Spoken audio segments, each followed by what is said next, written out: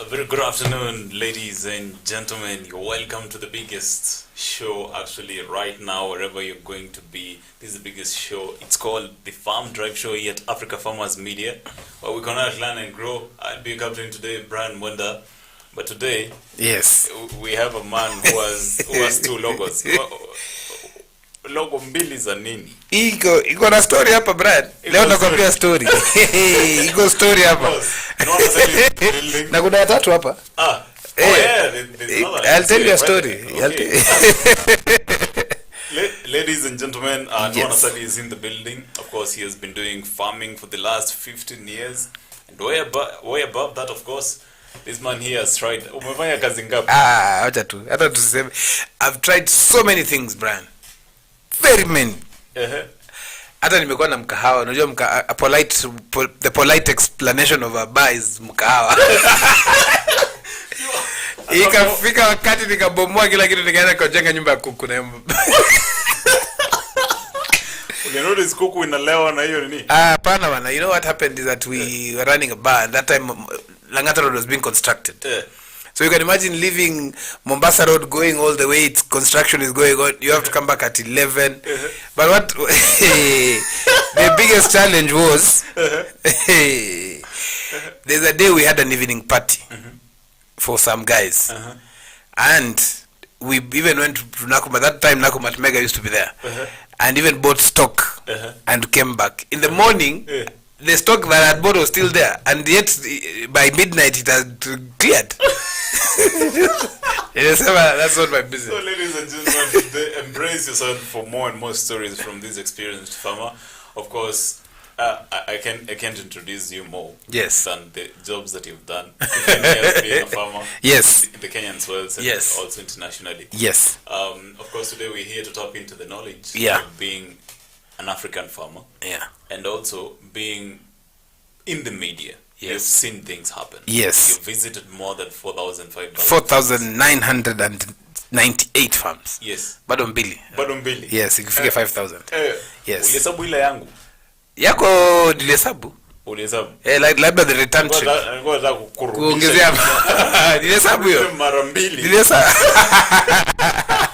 But we're doing Meru next week, yeah? Yeah. We're doing Meru for the avocado thing. Anyway, we'll talk about it. Yes. We should do that actually. Yes. Yeah. But then way above that, ladies and gentlemen, today we are here to talk about what we normally talk about, but then scrutinizing. Basically, value addition. This is what we do here at of course, Farm Drive Show. Yes. Value addition. Once the farmer has the produce at hand. Yes. Post-harvest practice. Yes. Now, value addition. Yes. Today, I'm not going to shoot straight. Right now. Yes. I want us to go soft kwanza. Kidogo. Kuna mali tu itafika tutachapa. Leo lazima tutaichapa leo. We have to say the truth. You know, the truth has to be said. Kabisa. Yes. Lazima ukweli usemwe. Yes. How viable is value addition? Because, you know, Mr. Noah, yes, we've had stories about value addition for a very long time. We have researched. Yesterday we were exploring the options of, you know, ripened and ripe bananas. Yes. Yes. And I'm thinking very many farmers have been told, you know, it's the future and that's what we all going towards. But then it reached a point that it's as if, you know, the agricultural revolution has, you know, as you squeezed one need for me, link to for me to look into. Yes. The agricultural revolution was tipped to be driven majorly by value addition at some point. But then I don't know what happened. I don't know what happened to the smallholder farmer, even the large scale farmer at some point. Yes. And this is what we want to talk about. Yes. First question. How do you understand value addition? Value addition is adding value to produce. So you don't sell raw materials. You process, then sell it. So what happens is that when it means add value, it's not that you're adding value to the crop itself. You're just seeing ways of making more money. Yeah. Yes. Absolutely. Yes. And Mr. Noah, of course, before we can move on, I want the audience watching us and listening to us, they can be part of this conversation by visiting, of course, Afarmers Media on Facebook. Yes. Africa Farmers Club on Facebook too. Yes. That's where we're streaming live. Now, so you see now the other logo is coming out. Absolutely. Yes. And of course, you can also go to Twitter, Afarmers with a Z, Afarmers Z, of course. On Instagram, you're also Afarmers Z. Yes. On LinkedIn also, one of the best places that you can interact with us. Yes. It's also Africa Farmers Media, or Afarmers. Yes. So of course you can throw in a comment, you can throw in your experience, and the question for today is how practical have you, how practical is value addition for you? Yes. As a smallholder farmer. Yep. Now, Mr. Noah, you've explained the value addition. Hata nimejaribu. Let's go to You've explained value addition. Yes. And I'm here trying to think the smallholder farmer and the large scale farmer. Yes. Who is tipped to succeed in value addition? None. Not even one of them. Why? Value addition is a business. It's a totally different industry. It is not farming. Value addition, that's why you find food processors don't farm. Value addition is something that now farmers have started being told, if you cannot sell your produce, add value. But this is a farmer who doesn't know how many, what is it called, kilos of corn do you need to make corn oil. You are bringing in things of machinery. And things about machinery bringing in labor. I saw a friend of mine who I'm yet to meet, who is very passionate about value addition. She's called Istnat Kojwang. I mean, follow her on social media as well. She's not far from here, by the way, and she is very passionate about value addition. But there are very many questions. For example, Bidco oil, mentioning them with all the respect, they have to import sunflower cake to make the sunflower oil. Interesting. Yes. And you know what? And value addition, value addition is not like the way we make soap. No. It is a whole different industry. You have to understand which seed variety produces the best oil. How is it pressed? How is it preserved? How do you brand and take to the market? Yes. Yeah.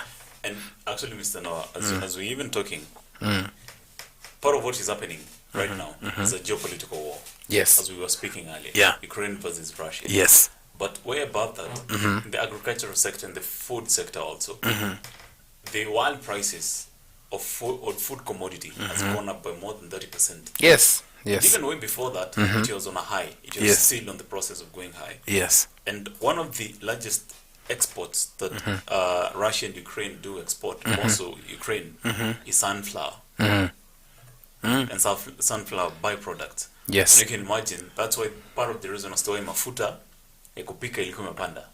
Yes. Actually, hata kwa market sahi haiko. Hakuna. The thing is, I'll be sharing just some insights here in terms of how much food and agricultural stuff we actually rely on the former Soviet Union. It was called the USSR a long time. Yeah. Russia, Ukraine, all those countries were one thing. Yeah. And there's a reason why it was one thing. It's because they were the people who knew that they have natural gas, they have the highest number of production of natural oil, all these things. But now, their soils are very good. Remember, the ones who are producing fertilizer. So that means that their soils are very rich. Meaning that even production, and also in terms of how they've controlled production, you can imagine 2 months down the line and the world is shaking. The whole world is shaking. And we are actually in the process, the whole world was in the process of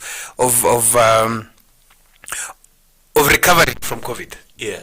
Yeah. And in the process of recovering from COVID, there was also something that was happening across. There were no containers.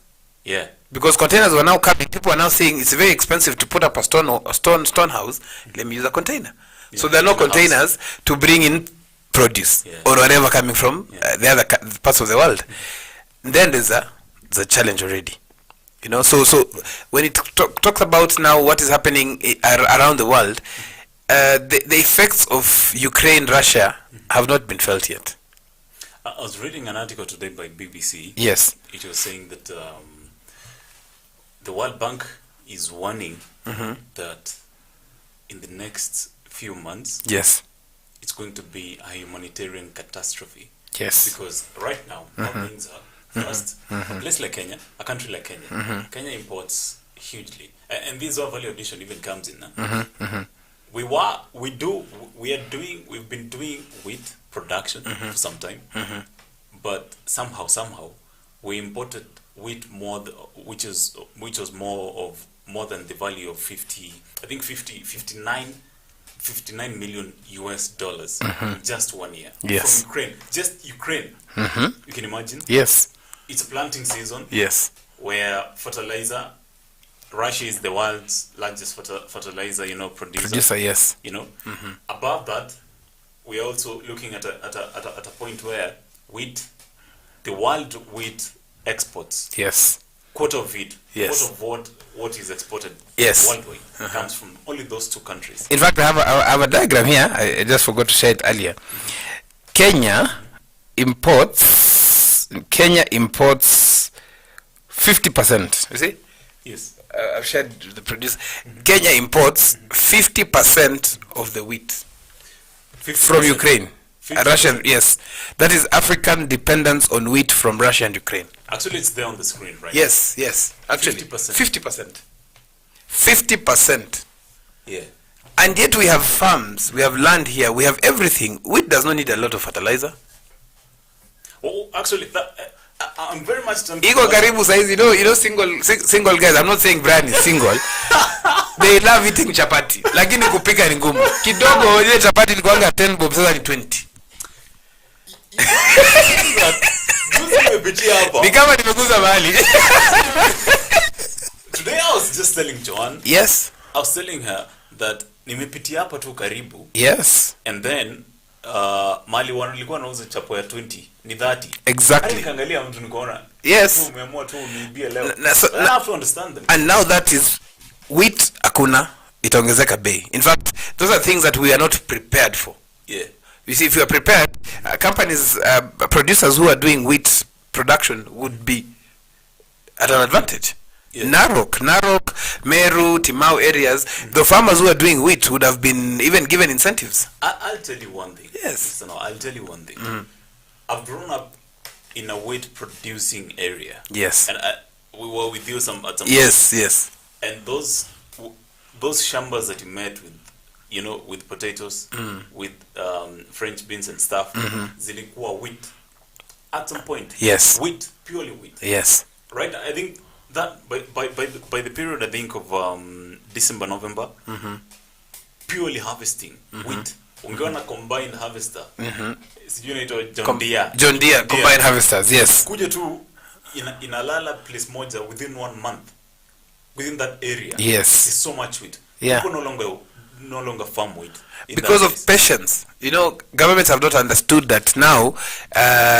Probably your dad was young at that time. There was no demand so much of money. Wheat takes a bit. You plant wheat once a year. Yes. So that patience is no longer there.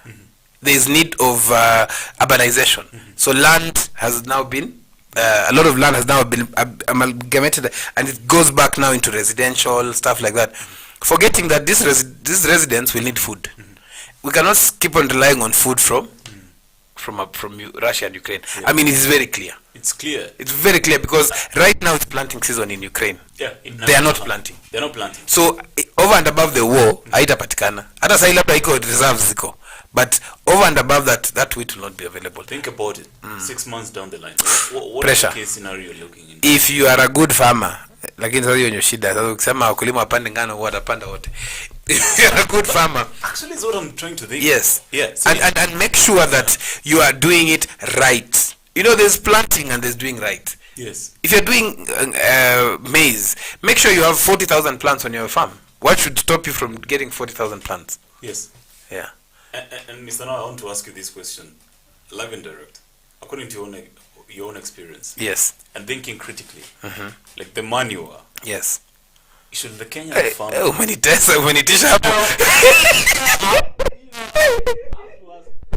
Because yes. I'm saying an opportunity. Yes. Where there's no opportunity. Yes. Because should the Kenyan farmer this planting season think twice about planting wheat? Yes. No, don't think twice. If you're in an area that you can get regular rains and you can take care of zebras. Zebra inafanya nini bana? Inakula ngano yote, my friend. Just about harvesting. We'll go to that details. I have changed my planting. I'm not doing skuma, spinach, watermelon kidogo, but I've gone into maize, beans, and dengu. We're in an election here. We will have rains kidogo. If you have cereals, you are in the market. So that's why I say when it comes to farming, farming itself, the practice of planting and all that does not make money. You cannot make money from farming. Take that to any bank and they'll tell you they don't give loans to farmers. That's when you realize. Yeah, it's very. But if you're in an area where you can grow wheat, do it, but do it well. Do it right seed.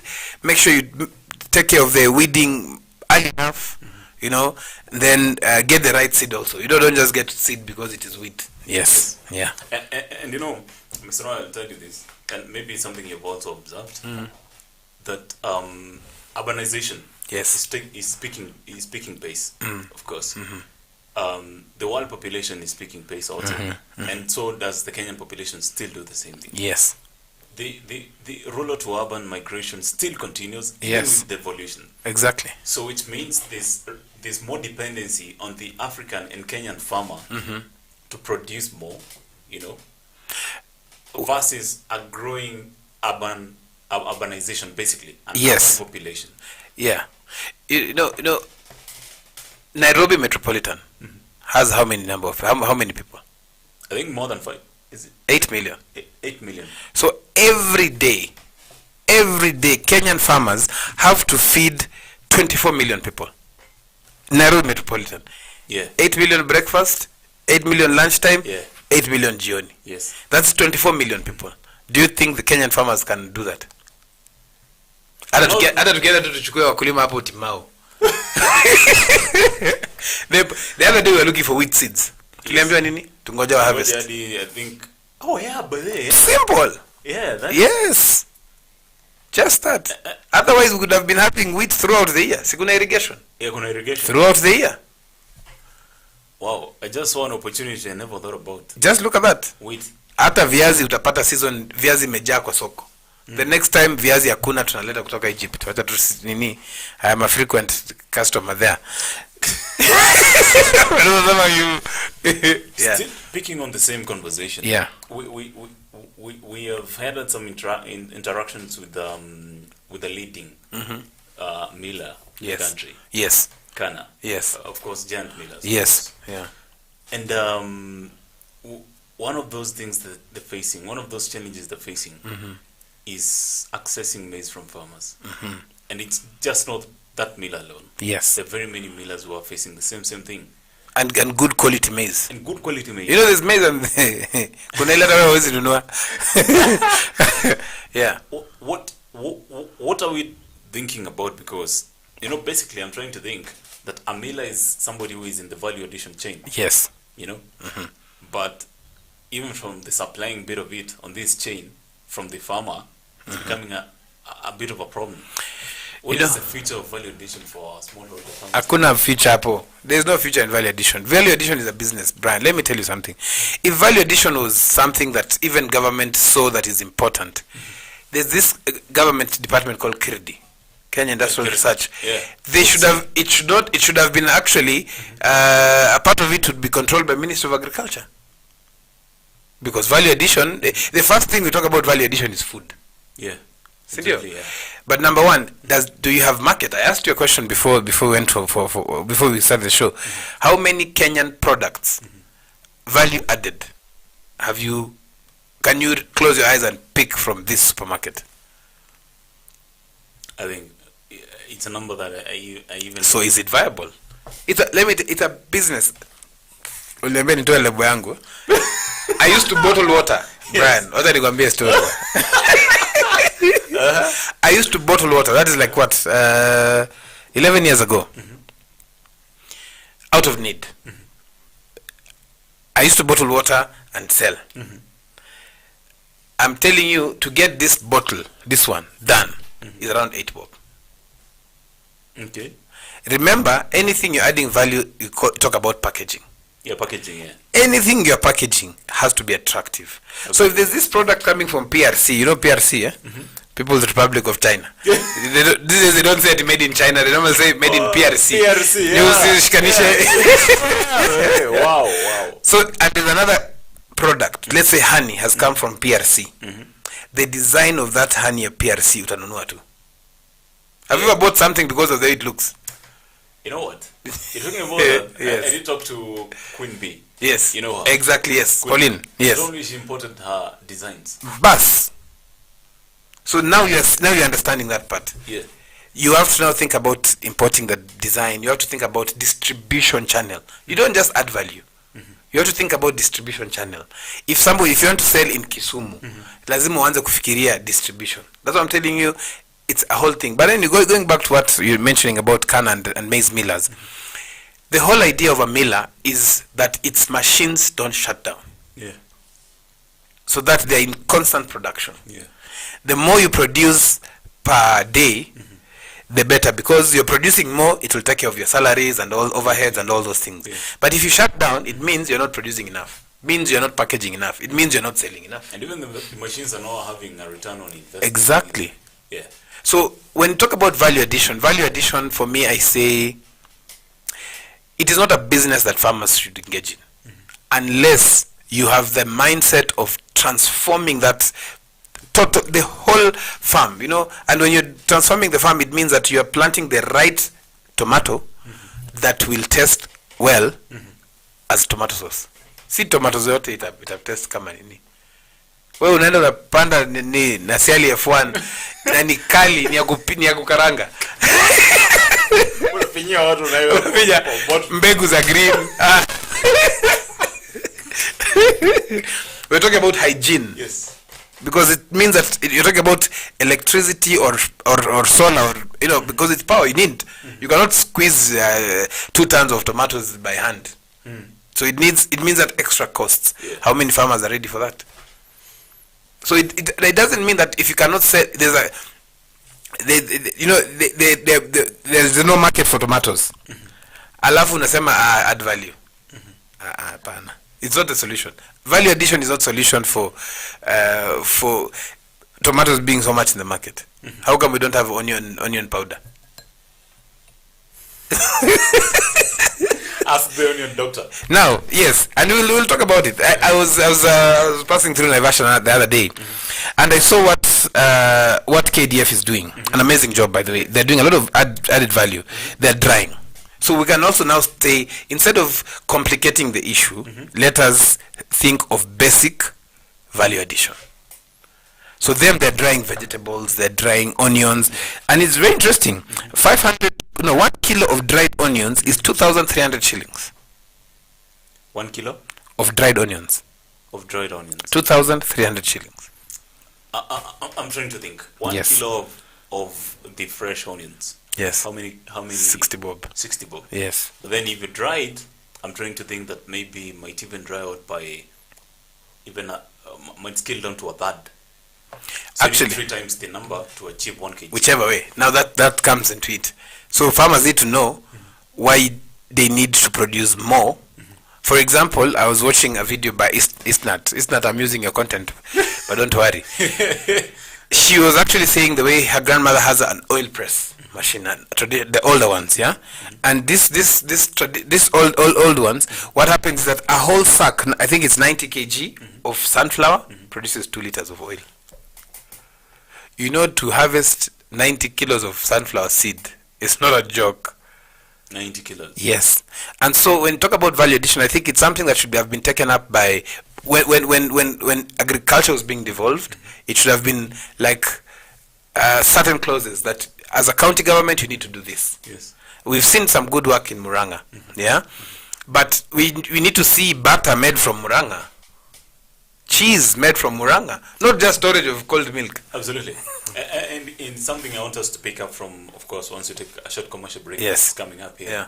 It's the role of county governments, it's the role of the national government, and the role of the local farmer in the value addition chain, Yes. ensuring that at least we have an extra cent, in our pockets. Yes, I mean we should be seeing the government, the president talking about agriculture as a farmer as well. Yes. He should be saying, hey, by the way, iko simu napigia kutoka wakulima wamesema hivi. Yes.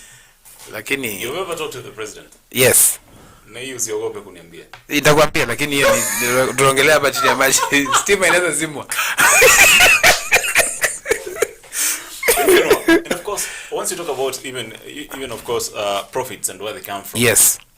Profits are part of the reason as why many farmers are having so many numbers of stress cases.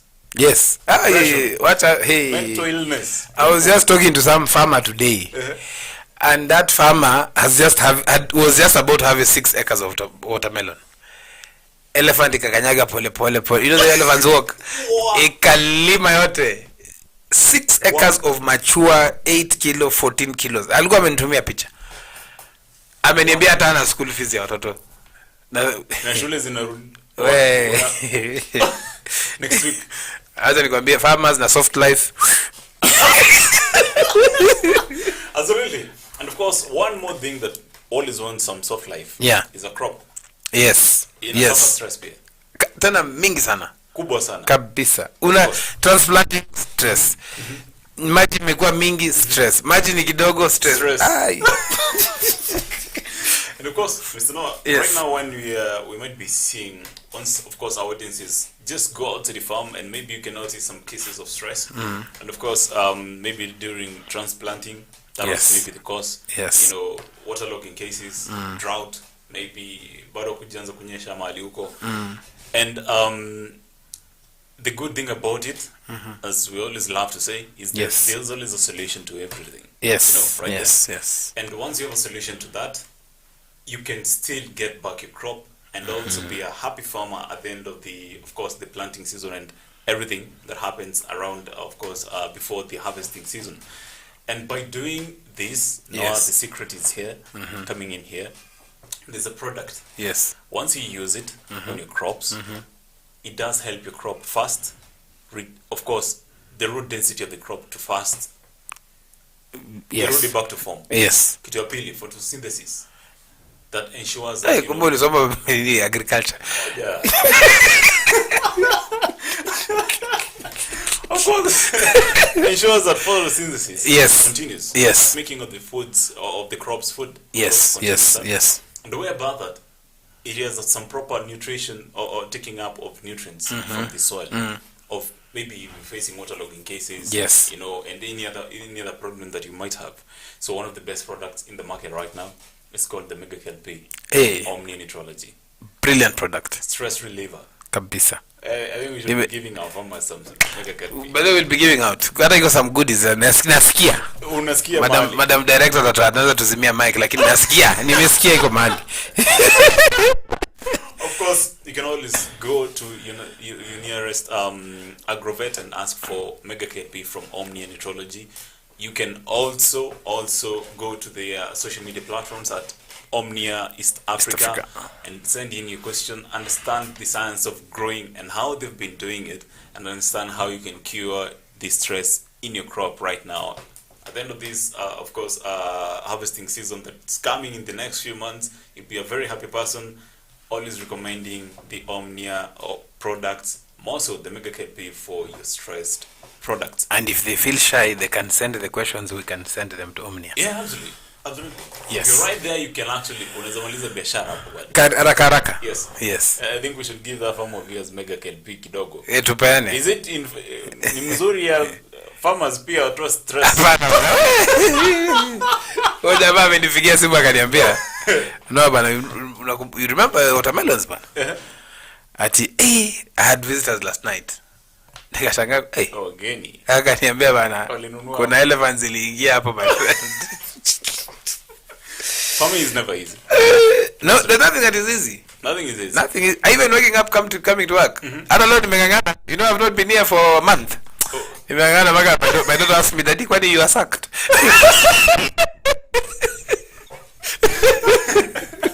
Absolutely. So now I want us to talk about government's role. Yes. National government's role. Yes. Government and the farmers' role. But we have to take a short commercial break. Brilliant. Okay. Take a breather. Back with more.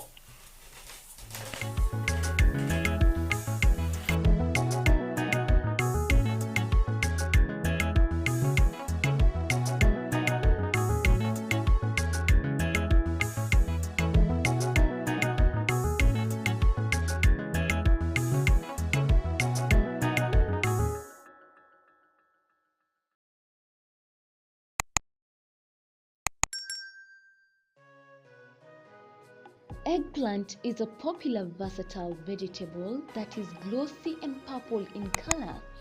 When it's cut, you will find a meaty white flesh dotted with small clusters of beige seeds. The unripe fruit is consumed as a cooked vegetable. Eggplant is a multitasker that can take on different and delicious forms. Eggplants are a great source of vitamins and minerals.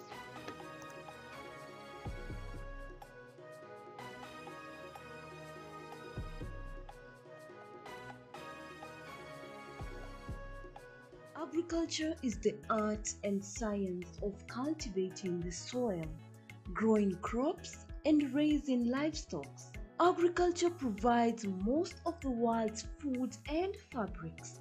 It is not only a source of food and income, but also creates employment opportunities for many people in the world.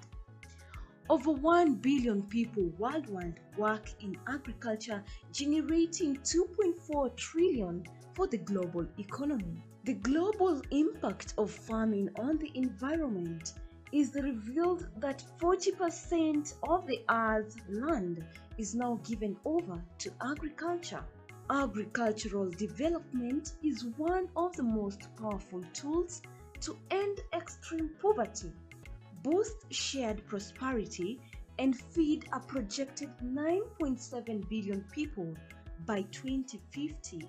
And we, the Afarmers Media, roll the carpet for you as we welcome you to our thrilling farm visits to different farmers that educate and inspire you in different sectors in agriculture. Catch us also on our shows on all our social media platforms as we bring you educative and informative information that will help you learn and guide you on your agriculture journey to success. Our farmers attain knowledge and grow profits.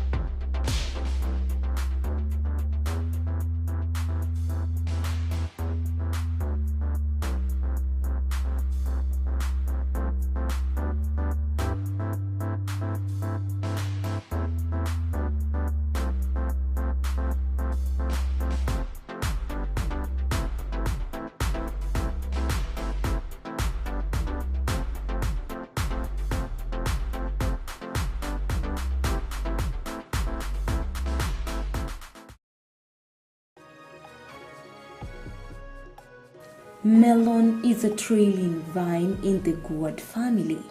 The word melon can refer to either the plant or specifically to the fruit. Watermelon is a type of melon that is sweet and refreshing fruit. Watermelons can either be grown on home gardens for small-scale farmers or large-scale depending on the market demand. You can either transplant or plant watermelon seeds directly. For best performance, plant watermelons in hot, sunny locations with loose, fertile, well-drained soil that is rich in organic matter.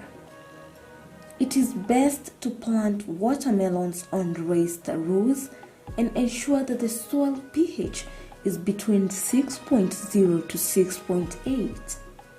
On average, it takes around 3 months for a watermelon to grow from seed to mature fruit, with smaller varieties having shorter growing times than larger varieties of watermelon.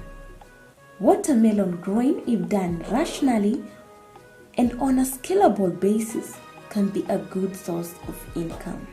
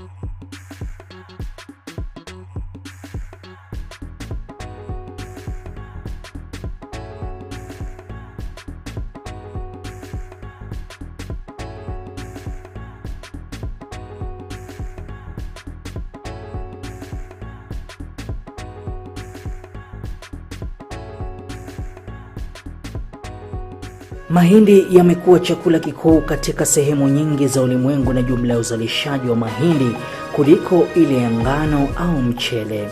Mbali na kuwa mahindi ni chakula, pia hutumiwa kutengeneza ethanoli, chakula cha wanyama na bidhaa zingine. Kunayo mahindi ya gume, mahindi ya ganda, yani popcorn, mahindi ya unga na mahindi matamu. Mahindi yanalimwa sana kote ulimwenguni na kiwango kikubwa cha mahindi hutolewa kila mwaka kuliko nafaka nyingine yoyote. Shamba la mahindi linaweza kutayarishwa kwa kutumia njia za kawaida au za kilimo cha uhifadhi. Kilimo cha kuhifadhi ni pamoja na kunyunyizia dawa za kuulia wadudu zilizopendekezwa na wataalamu wa kilimo. Unaweza kutumia trekta au njia ya mikono kufanya kilimo cha mahindi. Ni muhimu kuandaa ardhi mapema ya kutosha kuruhusu magugu kukauka na kuoza kabla ya kupanda.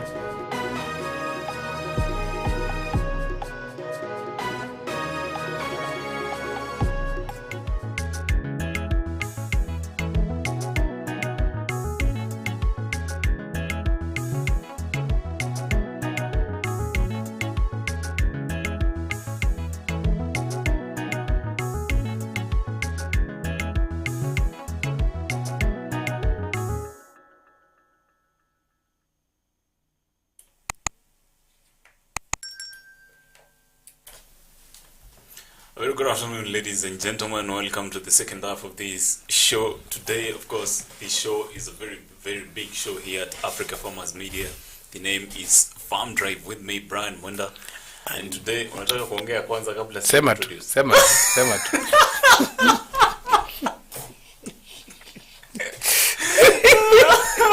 A very good guest is known as Yali. 15 years as a farmer. Yes. And counting. I think tutaishi kusema I think it's now approaching 16. 16 in July this year. July this year. Yes, 16 years. And now we're going to tap into your knowledge. Both as a farmer, as an expert, you've also been in media. Yes. You've traveled. Yes. To these farmers. Yes. Na nasikia chini ya maji unajua unaongeaga na majamaa pia. Kidogo namna hiyo. Unajua kitu tukiongea sana wanaweza tukatia steam. And before we took a short commercial break, we were evaluating what value addition is, how the smallholder farmer can benefit or the situation of value addition for the smallholder farmer. Yes. And so far, well, what I can take home today first is that value addition is a little bit hard for the smallholder farmer. It's impossible. The current situation. It's impossible. It's impossible. Kabisa. Unless they're going to team up together. Unless we're going to have a cooperative of Tomato Growers Association of Kenya adding value. Hakuna uongo. Why I'm saying it is impossible is because there is no goodwill on the part of any government to respect value addition. No. And then farmers are producers. Let's be very honest. Farmers, let farmers do production and produce really well. If they need to add value, they should understand that is a different business model. They have to check competition. That one is now direct competition. Because you have to check how much is Zesta selling the tomato sauce. Exactly. And how much is so and so selling tomato sauce. How many other local markets, locally produced products are there. Why are people not buying these ones? How come these ones have stayed? Go to supermarkets and ask them which brand is moving fast. Yeah. Kids these days don't like tomato sauce. They want ketchup. Yeah. So unless you're going to produce ketchup, you get the scenario, Brian. You have to understand the customer behavior. Now you have moved from production. Yeah. You're now in business. It is now in fact, it is now in fast moving consumer goods. Yeah. Because this is something that people are feeding on. Yeah. So you're moving from onions and storing onions into now converting it to either. I've seen there's a picture that we've shared here of onion flakes. Onion flakes. Yes, onion flakes. You know, there's onion flakes. There's dehydrated mixed vegetables. Yes. You know, so when you look at that, those are products that have been grown. KDF is also very good in farming, by the way. So they've added value, you know. So KDF is selling at 2,300. There's a reason why they're selling at that price, you know. So you need to understand how many onions, when harvested, then you dry them, make 1 kilo. Yeah, because it's not 1 kilo. So that's when you start doing research. Yeah. You cannot take something to the market without doing research. Yeah. So if farmers don't do research on seed varieties and all those things, can they do research on now products to the shelf? And the moment you've added value, it stops being a farm produce. Yeah. It's no longer farm produce. It's not food. You're going to compete with sometimes tunatumwa nini. Unajua you are still single. I'm not saying Brian is single. I'm just saying I'm insisting on something here. If you thank me later. Kuna hii kitu inaitwanga tomato paste. Yeah, tomato paste. Yeah. So you have. How still about that? Yes. And it's a very small thing. So ukiingia kwa supermarket na haraka utaikosa. Na lazima uende na nyumbani. Now you have to understand how many of those, how many kilos of tomatoes makes that tomato paste. A very small thing. So you have to put people on the ground. The next thing you have to do is proper packaging. You cannot package something juakali just in the way you want to package it and expect it to sell. Because anything that has been added value on the shelf has to be attractive. Yeah. There's a reason we have different colors in studio. It's not just a room. Otherwise we'd be doing all the shows in the shamba. But even that shamba would have to look very nice. Yes. Okay? So when you talk about value addition, you've stopped the science bit. Because farming is science. Yeah. You are now going to the art. I'm telling you, there are people who actually import designs the way you're mentioning, Yeah. of packaging. There are people who buy labels, already designed labels. There are computers that are doing that. So you need to have now that person next to you, either in your office. And now you cannot do value addition kwa shamba pale uko watu nini. You have to create a room, storage, cooling area. If it's heating, probably, because if it's tomato sauce and chilies and all those things, you have to boil them. Yes. I'm talking about hygiene. You're talking about now somebody, you have moved from an agronomist now, relying on agronomists, into a food science person. Yeah, food science now. You get? Yeah, exactly, yeah. So, exactly. and that's why I say, don't rush at there's a glut in the market for tomatoes, we should add value. I know my friend, she's called Nyambura Munyua. She has a group called Cottage Industries. And she talks a lot about made in Kenya, which is brilliant. But let us be very honest. Probably we would say we have a group of farmers coming close together, then coming up with this, because even the machinery itself is not cheap. Yeah, it's not cheap. It's not cheap. Just a machine for pressing pressing sunflower is we're talking about something like 200,000 Kenya shillings. Utauza nyanya kiasi gani 200 shillings? But again, why did the rain start beating us? Because I'm here asking myself, devolution, happened from the implementation of the 2010 Constitution. Yes. From 2013. Yes. And I'm here asking myself, devolution of agriculture. Yes. Was it first the right idea? No. It was not. You cannot. I cannot devolve the function of giving food to my family. How do I devolve that? How do I delegate it? Unakujaga na onion kila jioni. Ati nasema sasa utakuwa na supply family yangu hivi. It is me to make sure that it's done. Yeah. As however hard it is. That is, in the holy book it says, if you don't do that, you're worse than an unbeliever. Yeah. You can imagine. Yes. Hata Mungu ameko nini. Na usikule. So value addition is a very serious business altogether. And farmers have to learn how to do it. And you cannot add value to everything. And that means also you cannot just plant everything. So if it's potatoes, how can you add value to potatoes? If you're in Russia, you'd make vodka.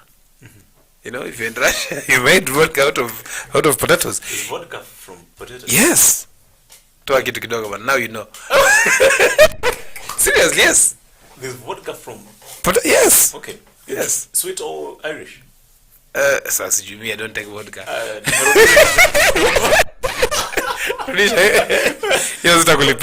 Yeah. If you are doing potatoes locally, if you realize that it's too much, the seed variety you did, are you able to cut, preserve, and sell as seeds for the next season? So we start baby steps. Let's think big. Let's start small. Because value addition to get tomato sauce ijae hapa that tastes like tomato. Unajua kuna tomato sauce na kuna nini? Kuna ile tunasemanga ikikuwa mingi una blend inakaa kwa fridge. Hiyo si tomato sauce. Hiyo si tomato sauce. There's specific variety. It has to be sweet. Yes. It has to be sweet. It has to be grown at specific times of the year, not throughout the year. And that means pia ile madawa utatumia, safe use of pesticide. Reason being, you cannot do what? You cannot produce, because now it is raw. Hawezi produce na upeleke tu kwa soko ati because in tomato sauce. Wow, interesting. Onions the same. Our good friend onion doctor says she wants to do onion powder. Ebu imagine, just buy an onion, then let it dry in your shelf. Ikauke kabisa. It might take something like probably a month. So may harvest 20 tons. Unataka ikauke. Let us be very, very, very, let's tell farmers the truth. Value addition is not for everybody. And I'm here asking also, trying to think that way before I can hit the market for the product, is also market consistency. Yes. Quantities, quality, and of course the efficiency of providing that product every day on the shelf. Logistics come. Hautauza tu hapa Kitengela, lazima uuze Nairobi. Yeah. Because not every day Kitengela farmers will buy added product. And then value added products is for a niche market. It's not for all markets. Because kuna mali kitunguu ni 2 bob. Hata kuna mali unaona kitunguu ni 1 bob. Because kitunguu ni kitu ya kunusa tu harufu. Unaanza Ni harufu tu. Some of these things, you know, it's also survival. I know in the village, I don't think my grandmother uses onions as lazima sana. Si kuna hizi spring onions, ile unakata matawi na unaendelea nayo. Zile. Tomato set lazima wakule nyanya. You know, by the way, if you have onions, you don't need tomato. Not all meals need to go tomato. So you have to be very objective and say, I want to do value addition because of this market. Yes. I have seen my research. Go to supermarkets, understand, out of 10 tomato sauces or ketchup, how many are made in Kenya? Start ask yourself, how come farmers in Mwea don't add value? Now ndio wanapanda nyanya, hata mbegu wanakamua, hata wazinishike. Everything is there. Yes. How come not all farmers who are doing pigs are able to convert and do sausages and all that? Because the moment umeanza hiyo lazima uko na freezer. Ukikuwa na freezer lazima uko na generator, because freezer stima ikipotea hivi umemaliza stock yako afadhali ukule. Potea hapa Kitengela juzi. Yes. One all day. Imagine. Nilitoa yogurt nikiwa na mwaga inatoka maji. Bas. You can imagine if it's somebody's stock business. Exactly. So there's a lot when it comes to value addition. A lot. And that's why I say let's tusiharakishe. No. Absolutely. Yeah. And we're also trying to think, Mr. No, that with the devolution of agriculture. That one kwa siasa sasa. Yes. Actually, with the devolution of agriculture, with the, of course, the dying of the reduction of the number of cooperatives, farmers cooperatives that are there. Yes. What is the way forward? Because look at Makueni County. It's been able to do something around its own mangoes. Kama ni ukweli. What? Kama ni ukweli. You've done some visits. Yes. What are we reporting home? Well, I can say for sure it was failure in policy to devolve agriculture and health. But since I'm not a doctor, though I've studied something about medicine kidogo, devolving agriculture is like delegating your role to provide food for your family. You say now my firstborn will provide food. Mimi ndapeana shamba lakini will provide food. You cannot devolve agriculture, but now that it's been devolved, we should have a national agriculture policy, which is there. Actually, all the documents are there, by the way. And one of the things that it has to be very clear, because I mean we have Ministry of Agriculture, which I can say this is the Ministry of Agriculture, having been a farmer, that is doing the best. You know, from the CS himself to Madam Anyaga and the rest of the team, is a brilliant team. You know, they will need more support, and this support has to come from from county governments, because county governments have been allocated funds, and part of those funds go into agriculture. And you see, county governments are the ones who understand what crop does well in our region, what is the pricing model, what are the markets looking at like, and now use that information to inform national government on whether these policies put in place at a national level work.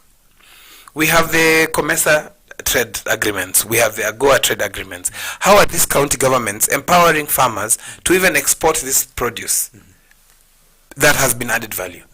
That would have been the beginning. And not you don't need to add value and say, oh, you know, I'm going to have avocados and sell avocado oil. Tuachana na hiyo ni kierere kidogo.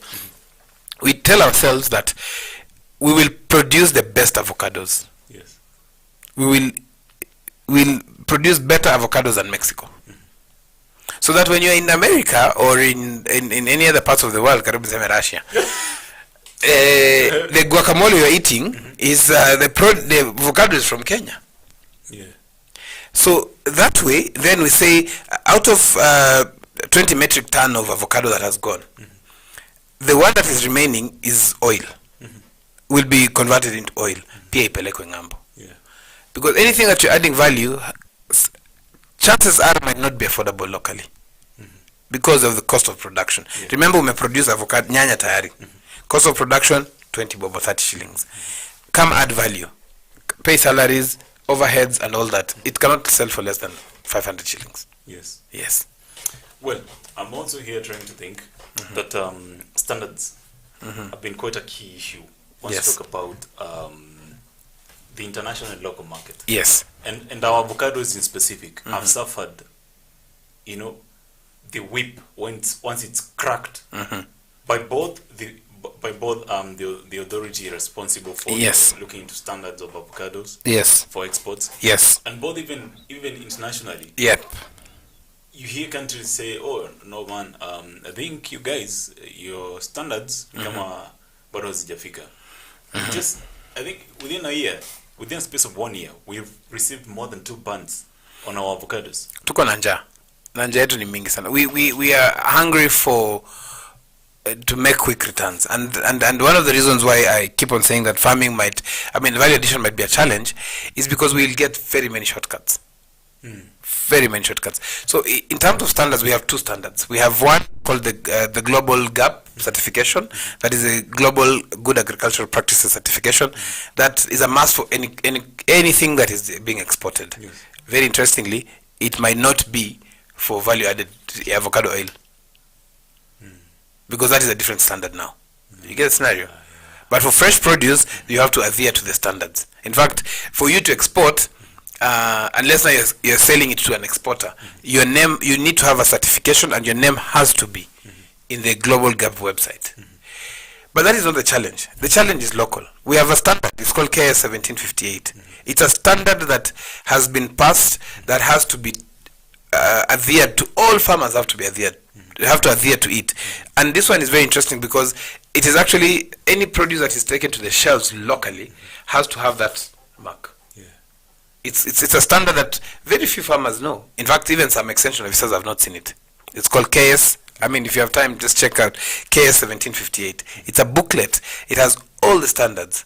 Traceability, getting to know when did you spray last, and all that. Just something that you guys, I think we're doing with Massico, the campaign, to get to understand that. Going back to the avocado thing, you saw when we visited Kana. Yes. And you saw a lot of waste coming from the maize itself and all that. Yeah. And yet, they're very keen. Yes. They're very keen with it. And you can imagine, it's because farmers want to sell off very quickly. We also have brokers. I saw a picture of some avocados. I don't know if it can be shared. Yeah, it's a avocado. It's a Hass variety, and that avocado. If you look at the quality, yes, it even appeals. Ukiona hivi unakumbuka kagidheri kidogo hapo na kamchele na avocado, and you can see how much that 1750 what is it called? UAE. Yes. Oh, euro. Yeah, not euro. Dirham. Oh, yes. Dirham. Okay. And if it's like 20 bob, that's 300 and something shillings per kilo. Na hapa wakulima wanapewa 10 bob. No. So in terms of quality, apart from the umekata avocado kwanza, it is actually even the way it looks, the size. Is it the correct size? So that's what I'm saying. When it comes to value addition, all these things play a part, because you need to know how many avocados of X size can do what. Yes. Can help you get one liter of oil. Yes. So that you do your costings. The other thing that I was trying to avoid, like naona kama unataka kunirudisha hapo, is the role of county governments and national government. Apart from policy, I think it's a high time that national government stops thinking about being policy makers and now becomes a watchdog, and make sure that county governments are also allocating enough resources to agriculture. Yeah.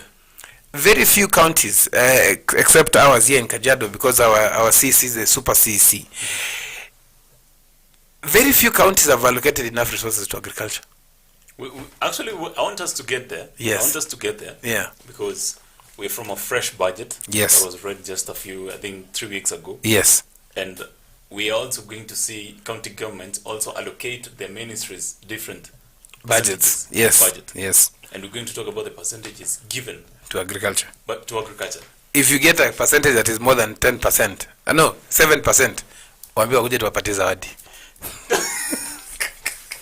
Yeah, this is the man you're looking for, guys. So actually, one thing that we need to talk about when Yes. we can take this short commercial break. Yes. Talking about being keen on standards. One of the things that you've talked about is traceability. Yes. Some of the pesticides you've been using. Pesticide and everything else. Yeah. Yes. And absolutely, every time that you're looking for pesticide, every day that you're looking for pesticide, it's always good to ensure that once at the aggregate, ensure that you can see a label. Yes. Yes. The label of first the quality and the quantity that is there. Yes. Always look for the expiry date. Exactly. Once it expire, mamangu walikuwa wananiambia ukikunywa dawa expire. Yeah. itakosa madhara zaidi ya ile yenye uko nayo automatically. Absolutely. Yeah. And way above that, the batch number is also very good for traceability. Yes. Unaweza jua imetoka wapi na ili, everything that comes around that. Also, always ensure that the label has clear instructions that you can always leave behind for anybody who is going to work on them, or if it is you going to work on them, always ensure that there is a label of clear instructions to ensure that dawa bora, mazao bora, and ensure that you can maximize on the little pesticide that you apply in your farm. This message has been brought to you by, of course, UNIDO in conjunction with Markup. They say dawa bora, mazao bora. Mazao bora. And ensure that you're smart, as every farmer is. Exactly. I know you have so much to say. Lakini hold on. Kunywa Kunywa maji kidogo. Kunywa maji kidogo. Kunywa maji kidogo. Take a short commercial break. We'll be back with more.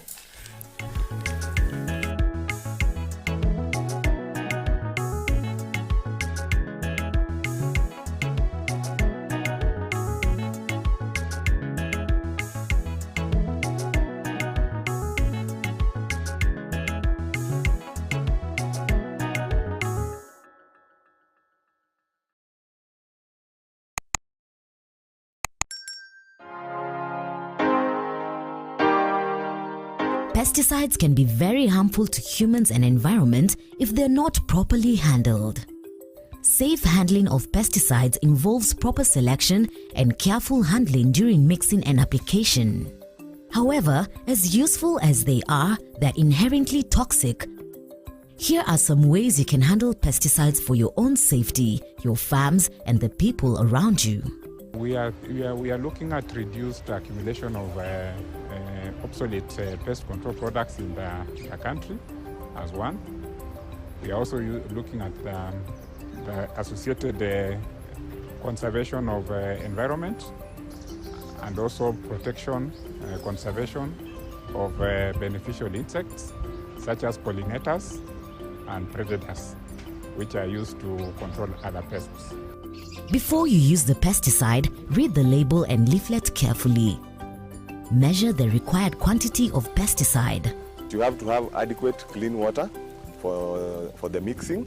Adequate meaning enough to dilute the pesticide, and also enough to do the cleaning of the equipment and yourself after the application. During the mixing process, you are also supposed to be wearing your personal protective equipment, or PPE, and this is to avoid exposure to the pesticides. Applicators and handlers need to wear appropriate personal protective equipment specified on pesticide product labels by pictogram. In hot and humid climates, the wearing of additional protective clothing may be uncomfortable, and pesticides should therefore be applied during the cooler hours of the day. Care should be taken not to touch any part of the body with gloves while handling pesticides. Avoid spillage and prepare spray fluid in well-ventilated area. Do not eat, drink, or smoke when handling pesticides. Check the spray equipment before use for any leakages and accurate delivery of spray solution. The nozzle should be directed to the side, away from the body. This prevents applicators walking into the spray cloud or recently sprayed foliage. Inspect equipment regularly for leaks. Leaking equipment should be repaired and the skin should be washed after any accidental contamination. While applying pesticides, be sure to follow application instructions precisely. More is not better. Unnecessary and/or incorrect application can result in exceedance of maximum residue levels, which can make the produce unmarketable. All consumers want to eat safe food. So whenever there is an issue of what we call exceedance of pesticides, or what we call maximum residual levels of a particular pesticide, then what happens is that the market becomes very concerned because they want to assure their consumers that they are eating safe food, which basically is healthy. And then what they will do is that they are going to discontinue the supply of the products that you're exporting. In contrast, responsible and correct pesticide use following good agricultural practices protects the crop and keeps residues within acceptable limits required for sale. Incorrect application of pesticides can damage the crops and have a negative effect on human health and the environment. The vision is basically to ensure that we can bring as many farmers to understand the importance of safe use of pesticides, to understand the institutions that are involved in regulation of pesticides, to understand that pesticides, when used well, will support production or increase production, and more importantly, the risks associated to the environment from pesticides.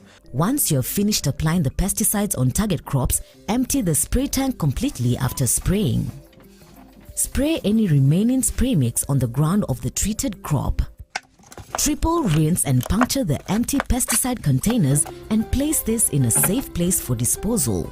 Ask your supplier or agro dealer about a collection scheme. Clean the spray equipment immediately after use. Decontaminate protective clothing and footwear through following proper laundering or cleaning instructions. Wash the hands and body thoroughly with soap water. A sprayed field must be marked and unauthorized entry should be prevented.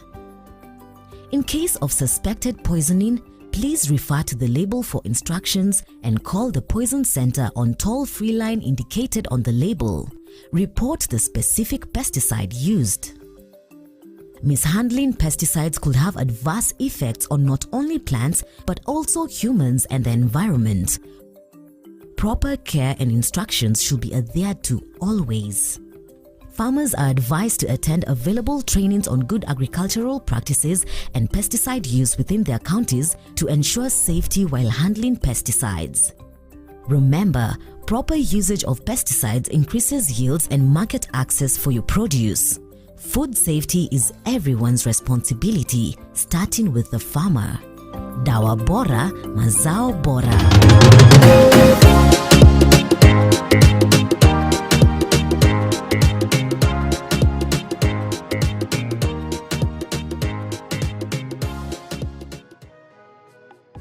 Amaranthus, or locally known as terere, is a highly nutritious vegetable that is cultivated and consumed as a leafy vegetable in many parts of the world.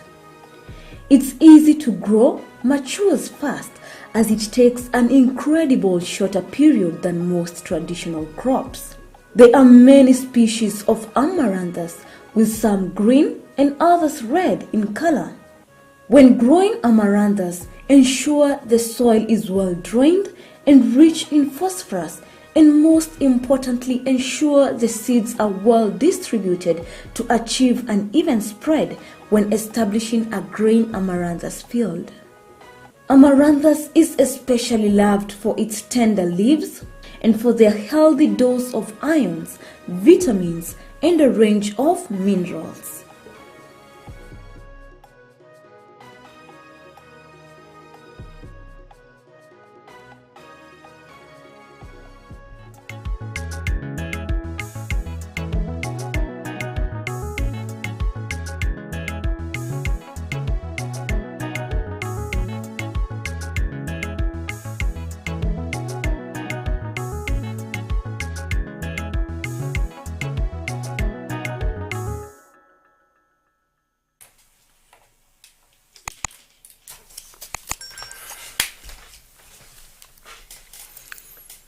A very good evening, ladies and gentlemen. Welcome back to the final stretch of this show. I hate to say it. We're coming to the end of this show. After this, oh my no. Hakuna breaking in. We just like that. Yes. Of course, welcome back to Africa Farmers Media, where of course we do connect, learn and grow. The show is Farm Drive with me, Brian Mwenda. We have a special guest today here. No one has here. Mbona una focus sana? Nasikia unajua nimezi. You might tell me to say my name na unataka kujua ni wapi una. Absolutely. Welcome back to the show. And Mr. Noah, today's conversation has been quite an interesting one because we're evaluating what we have always been told. Yes. Value addition. Bring an extra cent into our pockets. Yes. But then there's a science and there's an art of bringing that coin into the pocket. Hakuna pesa ina float mahali. And there's entrepreneurship. There's being a farmer and being an entrepreneur. Hizo ni vitu mbili tofauti kabisa. Kuna siku fulani tulikuwa tunaenda Marsabit. Yes. I remember. Yes. Murang'a. Yes. Kutoka Murang'a I think stretcher Keno hadi Yes. karibu Makutano. Yes. Umetutesa bwana. Niliuliza swali hapo kujibu bwana. Mpaka leo hutajibu bwana. The difference between a business owner, yes, entrepreneur, or the other one was the other one was there was a mixture of sole proprietor. Yes. And what? Okay. Yes. I don't know what. You see, an entrepreneur. An entrepreneur is somebody who understands their business 360. 360. The science of everything. Science and art. You know the pricing. You know when to give a discount, when not to give a discount. You know when to open the office, the shop or office at 6 in the morning, when you don't need to open. You know who you need to grow. But business people, we want to make money. Want to multiply money. So then goal is always money. No. For entrepreneurs, it's not money. For business people. Yes. Because business people, you make your decision in the morning. You know, you're a business owner. You wake up in the morning, you know you're going to do this today. You might not even know, by the way. You reach Mali, kuna puncture, unapiga simu unasema niendeleeni. A client calls you and you're going to the office and you say, by the way, because you know you're chasing money. Yes. When a client calls you, tell you, are you able to come now? You say yes. And you had performance reviews to do. Yes. Aye. Entrepreneurs understand everything. Yes. In fact, the thing is, an entrepreneur is somebody who can switch off their phone for 90 days and the business is running. 90 days. You go for a cruise. Days. You go for a cruise, 90 days. Yes. If you can switch off your phone from your business for 90 days, you are an entrepreneur. So that means that you believe that you've delegated duties and the machine is running. No, it is just functioning. The machine is functioning. Hata wewe mwisho wa mwezi of those 3 months, you are getting your salary. Everything is working normally. Everything. That's an entrepreneur. I think it takes 10 years to get there. A business owner do they understand They don't pay themselves first. Hata Wanangoja mimi hapa ni kama sijilipangi. You see, and that's why I say about farming. When farmers sell their produce, do they pay themselves? They buy fertilizer for the next thing. Unatoka market ukiwa unarudi na fertilizer. Exactly, ama madawa, ama mbegu ingine, ama kitu kama hiyo. Yes. So when it comes to you doing a business as an entrepreneur, yes, you need to understand everything. You need to understand magonjwa gani, when will they affect the crops, you know, these rains, how are they affecting. There's a guy, he's called Stuart in Machakos. The guy does not do irrigation. He waits for the rain and he harvests and sells. He has installed wind vans. You know, he has understood the farm and the environment where he is in. He knows the seed, chickpeas. He knows that he needs an inoculant and do this. You know, so if you are a business person, the difference between now business person and Nini is that when you're a business person, you want to multiply money. And if you want to multiply money, the safest way of multiplying money is put the money in the money market. Otherwise, ingine, so money markets are one of the... Utapata character development. Actually, so we're going to talk about that one. Yes. One day when I don't mean when nimejipanga, but yes, I saw money markets are quite a thing. But we're in an election year. Yeah, that's another thing. You know, yes, information also, and everywhere you just go. Now you understand. Yeah. Because now you should ask yourself, if you're a farmer who's been planting watermelon, it's an election year. This is Africa and elections, and we know Africa and elections. What are you growing on your farm now? What will you be harvesting in August? Imagine watermelon yako ikuwe ready that week of the elections. It's as good as not having planted. Because you have to transport. Is it safe to transport? Will people eat? Lakini utapata kuna jamaa wa janja Kuna jamaa atachukua watermelon na katakata slices. Wewe ukipiga kura anakuruhusia slice.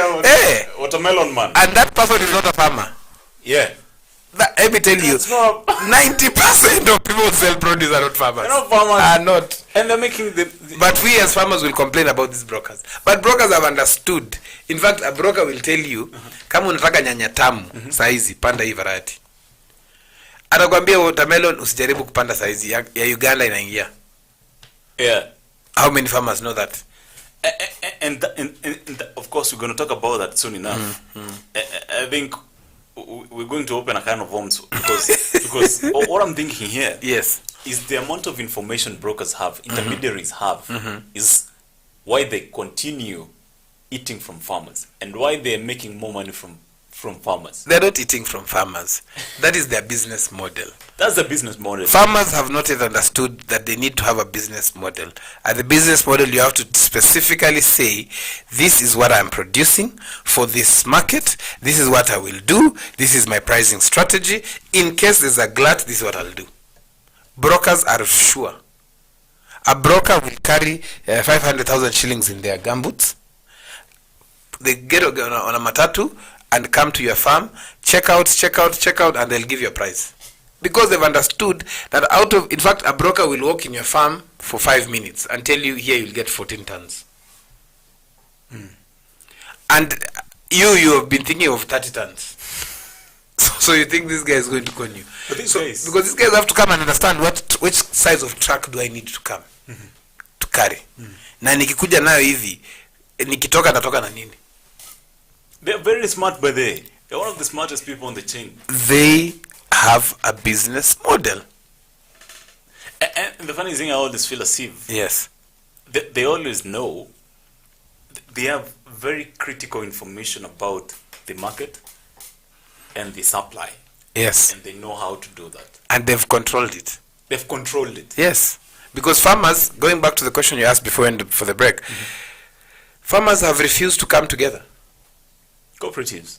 And not that we've refused, because the cooperatives movements have been used politically to finish farmers. Technically, because in all cooperatives we have teachers, SACCOs, we have doctors and all the doctors naona imenyoroka so nani alichukuliwa na NMS. Sasa when it comes to farmers, you find that even farmers behave like they have behaved here. They remove the label of the product so that the next neighbor cannot know what they're growing, what they're using on their farm. Wanasema ni kitu tu ingine organic. When I'm inviting Baroko farmers, it's the worst. That's why you find a broker comes to this farm, tells me that the other farm is actually selling to me at this price. Akitoka kwangu anasema, in fact, hawa wawili amenunua nusu half of my product, my produce. Lakini anaenda hapo next anasema, huko hata siwezi nunua. Umeona kwanza ile imefinyana ni pesa fulani. So the guy there who thinks my produce was better than his sells at a lower price. So this guy comes back and say, hii ingine hii watermelon yote ile kilo 8 yote ndachukua na pesa fulani. Hiyo ingine yote niuzie kijumla. You get the scenario? But again, going back to the education point of view, is that farmers need to be educated. But farmers also need to go out and stand out and get educated and look for this education. You know, and that's one of the things that we're trying to do here.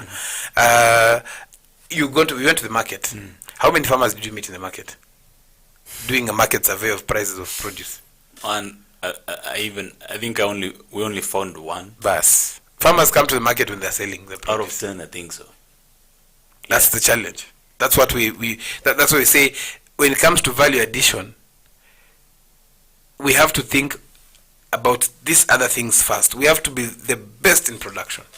Why is it that some of the manufacturers of even oil are importing sunflower cake? Tukona canola hapa tu Timao hapo mbele nini wapi. The other day we talked about canola. I posted something about canola. I received more than 20 calls. Farmers asking me, where can I get canola seeds? Let's stop hyping. It's no longer farming. You cannot hype, because the moment you hype and it fails, you know. It's like going to the club and saying, my day today I'm going to a party. Then you reach there. A guy throws 2 rounds. the third round you can't even stand up to dance. Bash imeanza. Bash imeanza. Yeah. So farmers have to be we have to think differently. If you want to do production, talk to your neighbor, ask yourselves how many sunflower plants or how much do you guys need to produce X number of kilos or liters of oil, and how can we do it consistently? Yes. If you have 10 acres each or 5 acres each, how many acres will you plant this season? After 1 month, how many? So that at any given time you have oil. But we have this the crab mentality. The crab mentality. Like that one is like in this country of ours. So the crab mentality, I'll tell you a story about it. There are these crabs that they're in 3 boxes. Yeah. One is in Uganda. It's labeled crabs from Uganda. The other one is crabs from Tanzania, and another one crabs from Kenya. But the crabs from Kenya have a net on top. Your box is on a net juu. So the guys who are going on the plane asking themselves, how come this box for Kenya has a net on top, and these other ones don't have a net on top? Why? What's the reason? So they look, the Ugandan guys. Now I don't know if somebody who keeps crabs is also a farmer. Amekaa na angalia, the other one from Tanzania is looking at them, and then the Kenyan one is looking at his box like this. In fact, the Ugandan and Tanzania have slept. The Kenyan one is like this. Anakunywa monster hapo ndio kwa awake. The reason being is that we have this crab mentality where unaenda, if you want to go up, somebody brings you down. If you want to go up, somebody brings you down. So you can't go together. But you see, these boxes from Tanzania and Uganda have realized it's not our time to get out. Tukifika huko tutatoka pamoja. But when you go up, somebody wants to bring you down. Kila kitu, whether in the office or where in business. So you find out in the farming world, I want to be the best tomato farmer. But let me tell you, there is no award. Me nilipata your award some time back. But there is no award of being the best tomato farmer. The best award is if you can sell your produce at the highest price in the market. You can only do that if you partner and say, sisi wakulima wa Kitengela Mimosa Lane, bei yetu ya nyanya ni pesa fulani. So there's an option of farmers also trying to regulate the pricing. You're the producer. All producers regulate prices. You know what? See, Bidco regulate prices. How come all these manufacturers, their price margins is less than probably 5-10 shillings? And the biggest problem that we've always had is that farmers, quote unquote, have always never had the chance to set the pricing. They have the chance. They just don't take it. You just don't take it. Yes. Tukisema today we're not buying this seed variety. Ama fertilizer. Mpaka ipunguzwe bei. We, the farmers, are the ones who are criticizing the subsidized fertilizer. Instead of saying, tushikane, wakulima wakajiado, tushikane, twende mahali fulani, let's demand for this. We tell the county government, we don't know where to register. We are coming there. You bring those people who are supposed to register as farmers to come there. Yeah. Yes. That's what should happen. How many, we are in an election year and we don't touch a lot of politics. But how many of these people vying for political, how are farmers demanding anything? Anyway, actually, talking about the same thing, yes. I want us to talk about the structures as we wind up this conversation. The budget was read close to 2-3 weeks ago. Yes. And we saw what we saw. And, agriculture was given something around 50 something. Yes. 50 whatever billion yes. was given. Yes. 56 billion around there. Yes. That was down from 69 billion last year. It has been reducing, by the way. It has been reducing. Yes. That's the trend. Yes. And I've been trying to think during a period where we are facing a geopolitical war that we have said yes. is a huge threat in, of course, ensuring that the world is food secure. Another thing, high cost of living. Yes. Right now when farmers are priority inaenda wapi kwanza. Yes. Another thing, also fuel prices pia they shoot. Yes. We're also recovering from COVID-19. All these factors put together, you can wonder, first, do you think the budget that was read and allocated to agriculture is enough? Second thing, as agriculture was devolved, budgets have also been devolved. And once the county governments have been given this amount, what is the revenue, quote unquote, revenue sharing allocation formula in the counties, within the counties? Formula, You know, we talk about the big things, and there was this thing called the famous BBI, where allocation was supposed to go to 35%. What the thing that farmers have not understood is their role, even in policy making. They've not understood, and the reason why they have not understood is because it's very easy to bring farmers and tell farmers, you come, well, let's discuss this. Then we'll take a photo with you and make sure that people see that farmers were involved. But it's not there. Farmers are not involved. Public participation. No. Have you ever seen a bill that has passed parliament and that in agriculture, and farmers have said that we were not involved? How many bills have passed? We've seen tea bills. You've seen, coffee bills. Have farmers ever claimed they've not been included? Yeah, they pass public participation tick because we don't even know what is happening. Yeah. So back to the it's an open discussion, which I don't even think we can finish it today. Just the fact that county governments have the ability to change the systems. Just the mere fact that long time we used to have something called Ministry of Local Government. So Ministry of Local Government used to be like the financial, it used to be like the, can I say, like the KRA of those days. That was before now. I think the KRA was there, but not as effective as it is now. What happened is that those local government, municipal counties, we used to remit money to national government. So out of like probably charging the sales, the market, the and all those things, the local governments used to remit money to national government. So that money is still there with local governments. So when I cut taxes and all those revenue. Exactly. And then there's more money coming from national government. There are also other investors coming into different counties. So the counties have a lot of money. But the it's called what? Allocation to the different aspects that run the county government is what is wanting. If, and I'm giving it a test, if there's a county government that has allocated more than 7% to agriculture in the budget, wakujie zawadi, and they've always been below, and we will give them free airtime. Because it's not. And if they do it, they say, okay, yes, allocated to agriculture, but development, roads. and there's a question I've always asked, and I'll ask you because I think back in the day you were a little more informed. That is, I am informed. Don't worry. Yes. There was this. Agriculture was placed together with rural development. Yes. Why?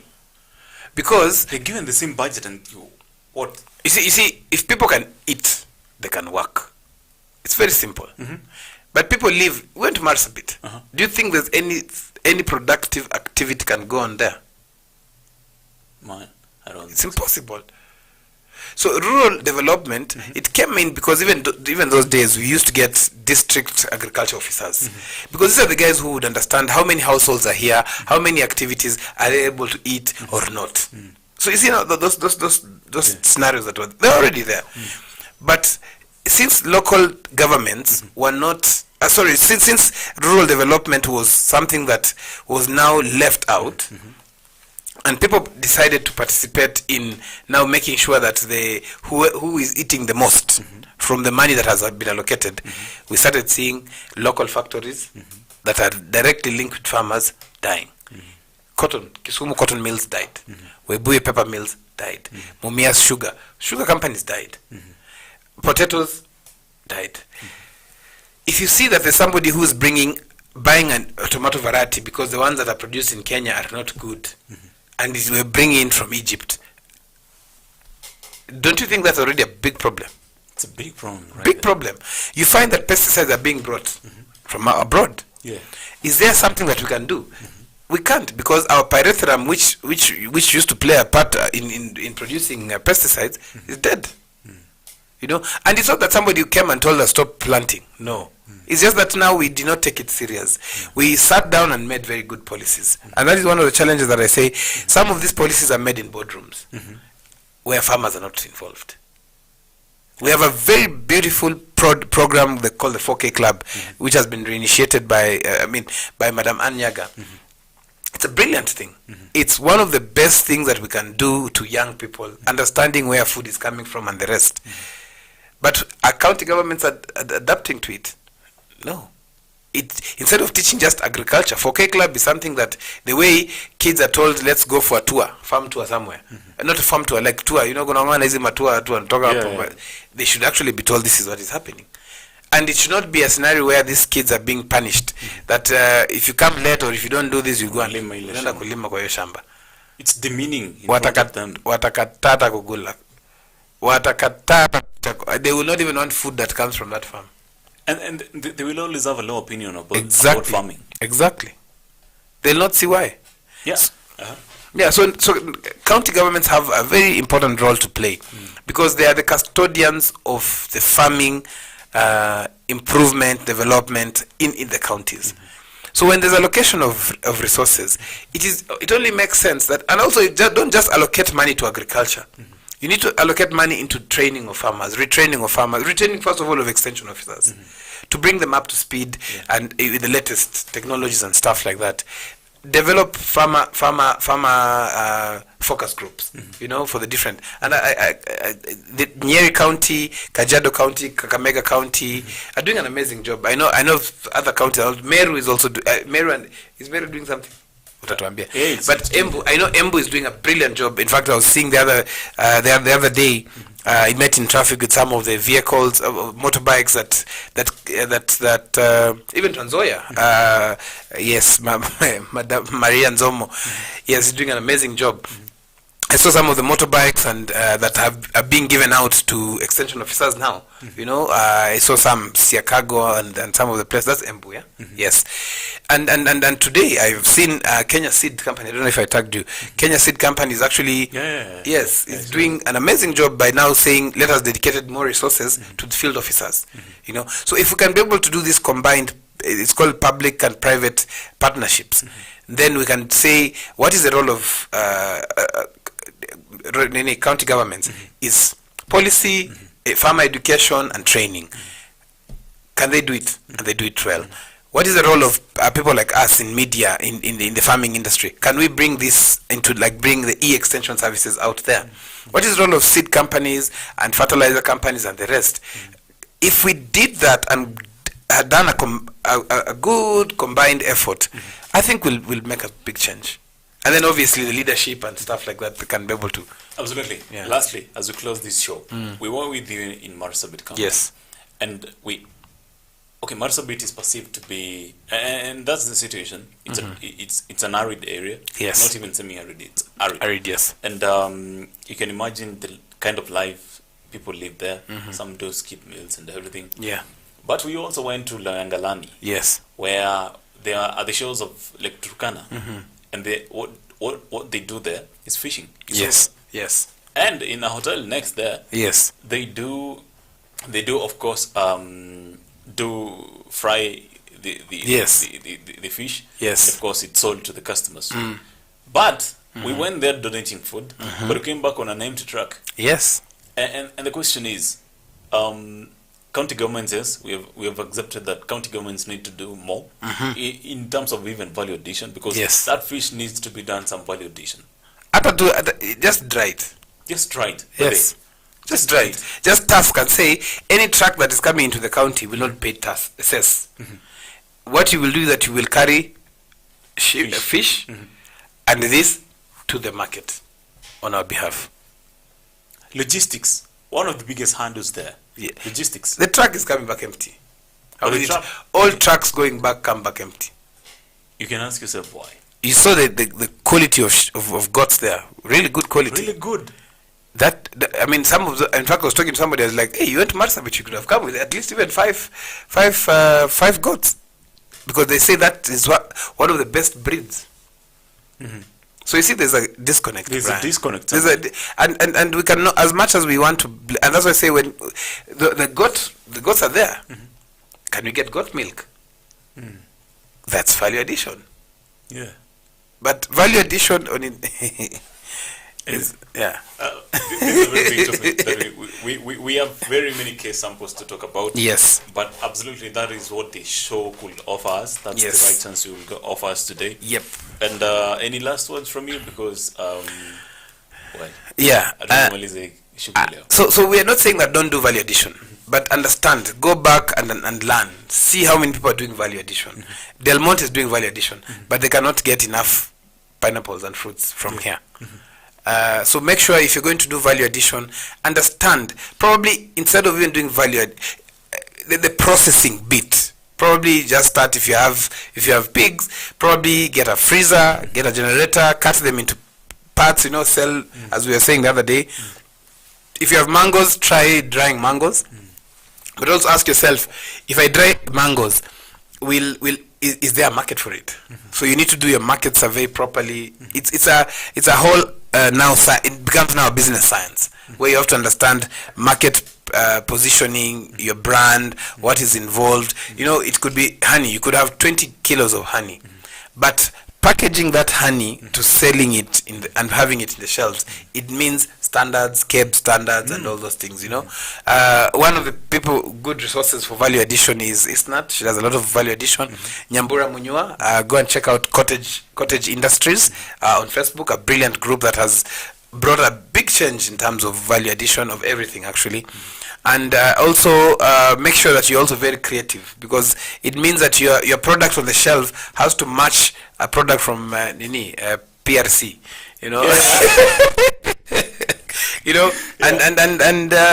we have a lot of fish coming from China, and yet we have fish locally. Loangalani has fish, but we are getting fish very from sweet China. fish, but Yes, yeah.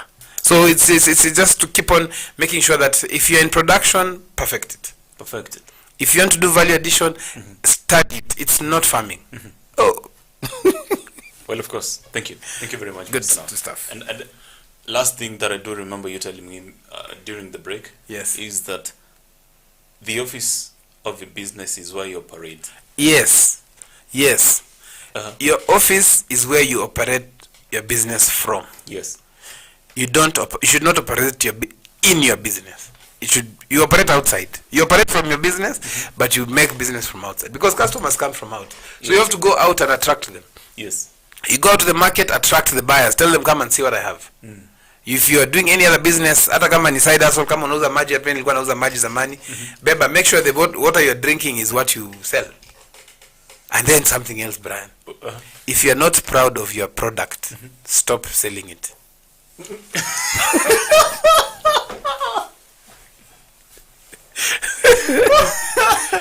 You're not proud of what you're seeing. If you're not proud of your product, stop selling it. Wachana. Kabisa. So there's no opportunity that the market is going to be proud and you... How will the market be proud and you're not proud of it? It's like expecting the teachers to be proud of your child and you're not proud of your child. Absolutely, yeah, but So if you are not proud of your product, wachana nayo. Chana. Kabisa. Aye. Thank you. Thank you. We can't say no more, of course. We can't understate what you've said. We can't take back from what you've said. Thank you very much, Mr. Now. Asante sana. And we would always love to have you here at Farm Drive. That's why I think it's one of the most loved shows in this country, I think so. It's only live Farm Drive show. Yes. Actually, yeah. Yes. And here we talk about post-production, post-harvest, of course.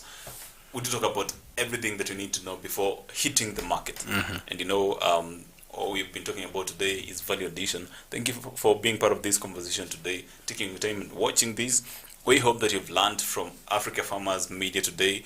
Of course, until tomorrow, we say continue consuming information. It's the difference between you and the farmer you aspire to be. I've been your captain, Brian Munda.